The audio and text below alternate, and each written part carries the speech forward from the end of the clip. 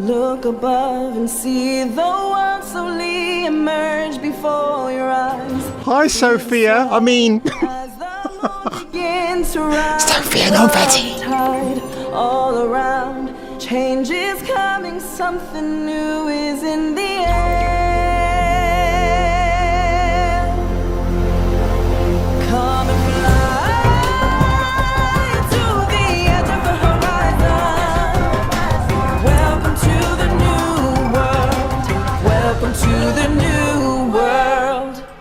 That is a fitting anthem for what I'm about to react to, folks. Oh, I've missed my little Twi'lek right there. She done so many good things to me. It's almost like they ripped off Mass Effect for some reason. When I look at this design, I think of Mass Effect. But enough about you, my lovely, because, wow, I didn't think I'd ever go down this route again, but I'm glad I did, actually. So, without further ado, folks, we are going to go to... I play the character of Princess Disa. She is the first female dwarf that we will ever see on screen. Woo woo woo! No, no, no, no, no, no, no! Woo woo woo! Woo woo woo! Woo woo woo! Woo woo woo! Woo woo woo! I got tears in my eyes already. Get to the tears in your eyes. Rewind.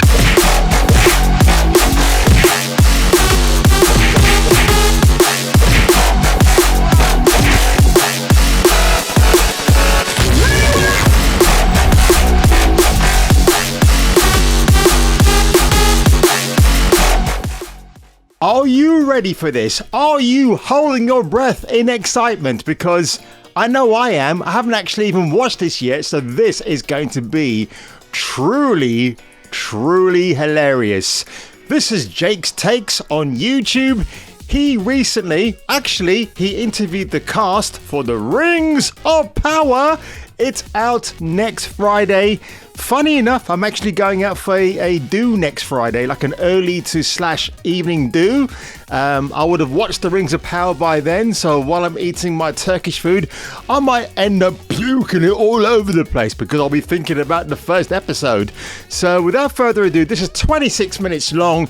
Obviously, the video is not going to be that length of time or longer. It's going to be a shortened, abridged version of my reactions for this. But holy hell, look at the ratio so far. 907 dislikes to 209 upvotes. Way to go there. Wow, here we go. Have the great J.R.R. Tolkien around to use as a source when sort of adapting stories of Middle-earth. But I was wondering if you could imagine sitting down with him, turning on... You're using J.R.R. Tolkien as a source for your version of Middle-earth. Wow, way to go, Jake. On the first episode of Rings of Power, maybe binging the whole first season, and when it's over, leaning over and saying, what did you think about this part? What is the aspect of the show you would most love to get his thoughts on? Good question. He's got a whole heap of questions, so... Oh, really? He's got a whole... That's David Wernham, isn't it? From 300. The dude with the glasses is Mr. Wernham. I didn't recognize him. Oh, dear God. So, to give Jake some credit, he's asked him a very good question. If Professor Tolkien was around today, what would he say to you after the first episode of The Rings of...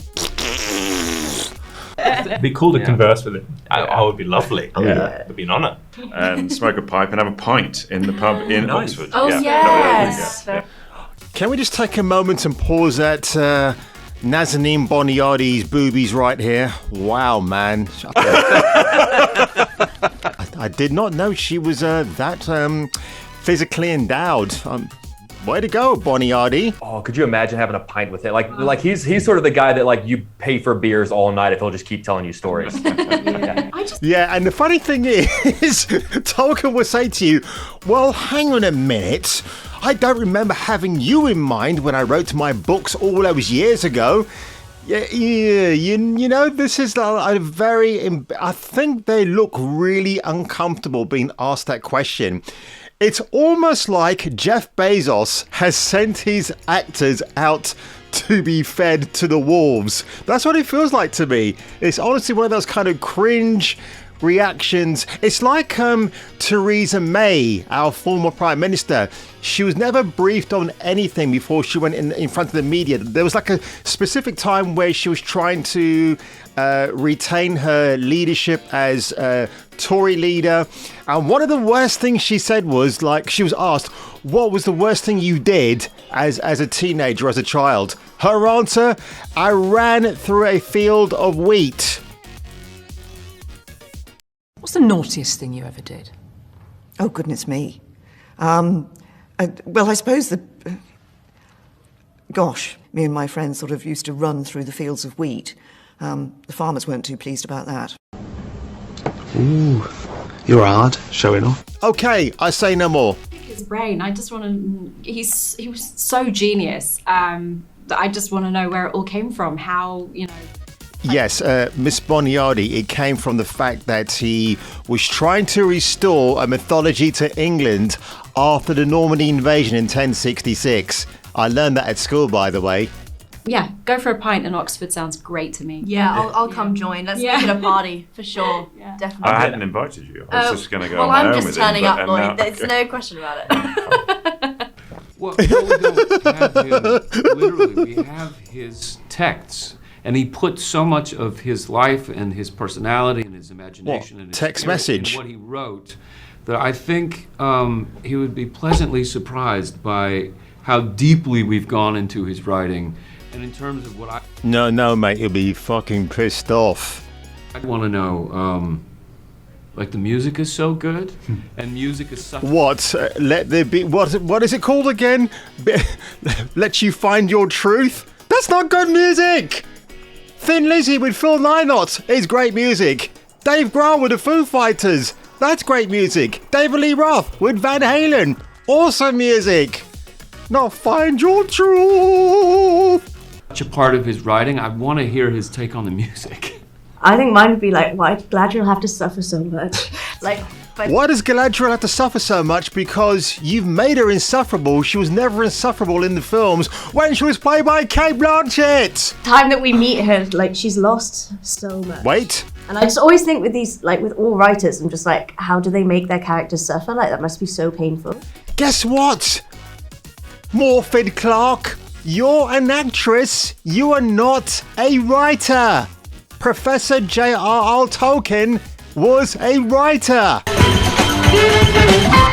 S'il vous plaît. Am I missing the mark here, folks? So yeah, I'd be quite self-involved to just ask a lot about Galadriel. I personally would like to know how he feels about the world of the Half-Woods. Yes. Because they've got us the Half-Woods.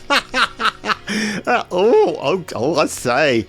Yeah, what would he think about them? Well, yeah. Let's just consult with Professor Tolkien's lawyers here. Yeah, they've decided to come back and decline with no comment.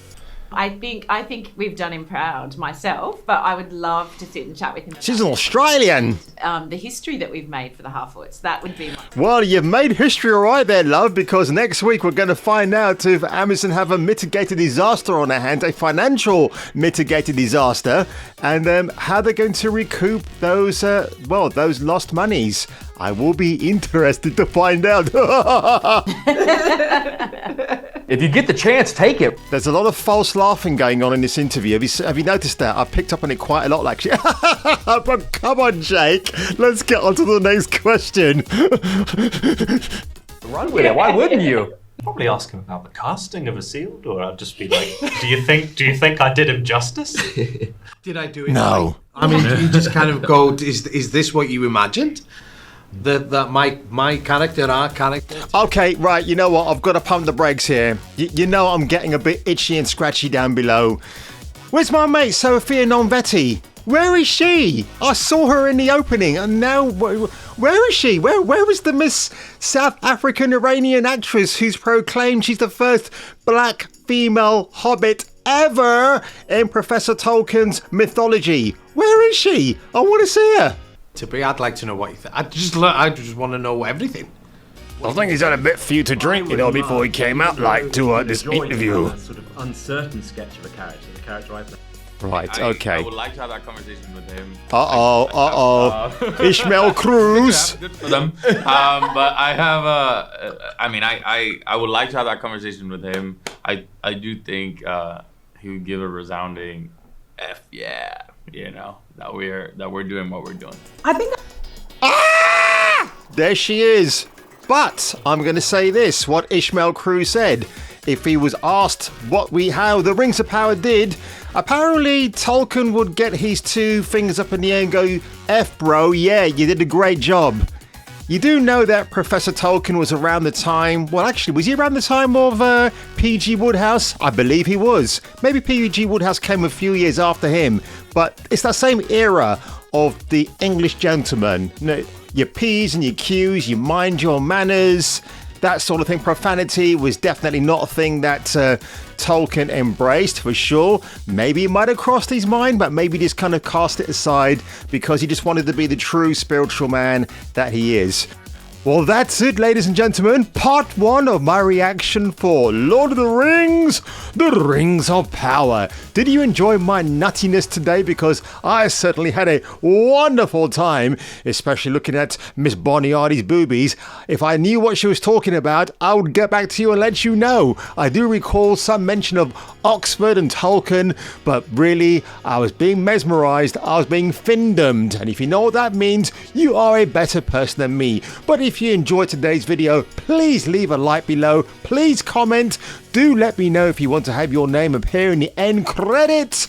And if I were you, and if you were me, because really you don't want to be, check out part 2, which will be uploaded later on today. Oh, it's so sociological. But I tell you one thing, Michael, I'm going to have to insist on. What's that? It's got to be done in the best possible time.